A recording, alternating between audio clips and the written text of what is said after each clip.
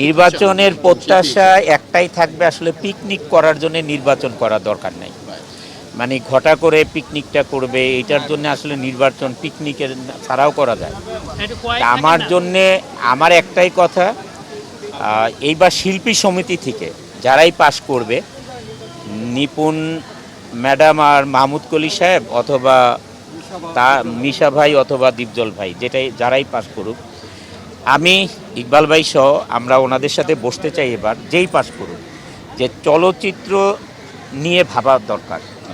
দুইটা কাজ করতে হবে, একটা হচ্ছে শিল্পী সমিতি থেকে প্রডিউস করতে হবে, মানে শিল্পী সমিতি প্রযোজিত সিনেমা বানাতে হবে, নাম্বার ওয়ান।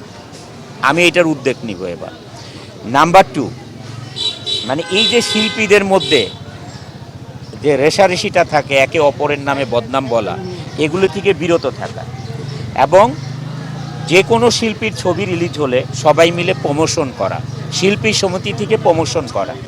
হ্যাঁ, শিল্পী সমিতিতে যারা পাশ করে তারা অনেক সময় নেগেটিভ কথা বলে, আমরা এই ছবিটা আগে দেখব তারপর অন্য ছবি দেখব, এগুলি বলা যাবে না।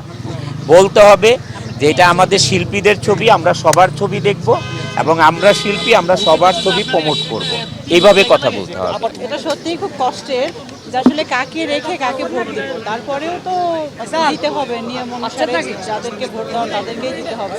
বাট আমার কাছে মনে হয় যে চলচ্চিত্রে আমরা সবাই একটা শিল্পী, আমরা সবাই আসলে একত্রিত হয়ে মিলেমিশে থাকাটাই আমার কাছে মনে হয় যে বেটার।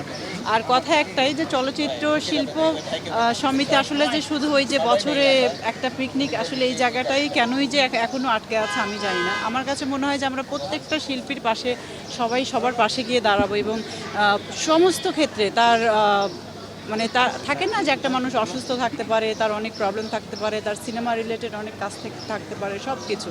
তো আসলে আমরা চাইবো যে যারাই আজকে পাশ করুক, সেটা মিশা ভাই বা মাহমুদ কলি ভাইয়া যেই পাশ করুক না কেন, আমরা চাইবো যে তারা যেন সবসময় শিল্পীদের পাশে থাকে।